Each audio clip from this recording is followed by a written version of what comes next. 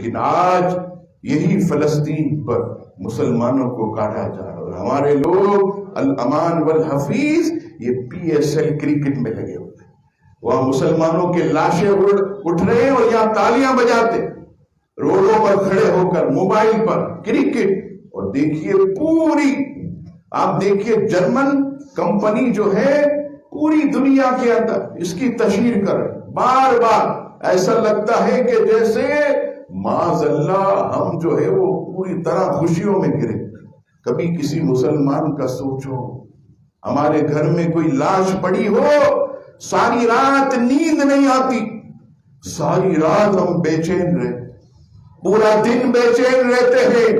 ان فلسطینی مسلمانوں کا سوچئے کہ 2 دن کے اندر 250 لاشیں اٹھائی جا رہی ہیں اور ہم PSL دیکھ کے تالیاں بجا رہے ہیں. میوزک کے ذریعے ڈانس ہو رہا ہے, ناچ ہو رہا, کوئی مسلمانوں کی تکلیف کا کوئی احساس نہیں.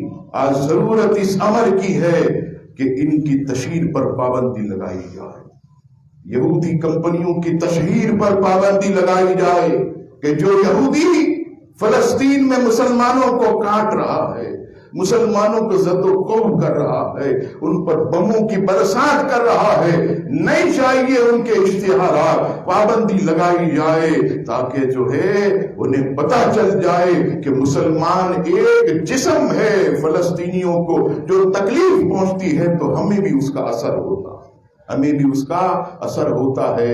عزیزان گرامی, وقت ختم ہو گیا ورنہ میں اور آگے آپ کی طرف کچھ باتیں بڑھاتا.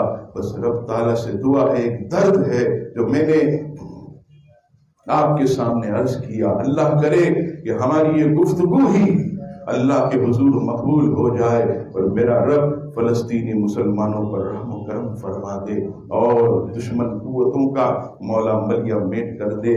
آمین.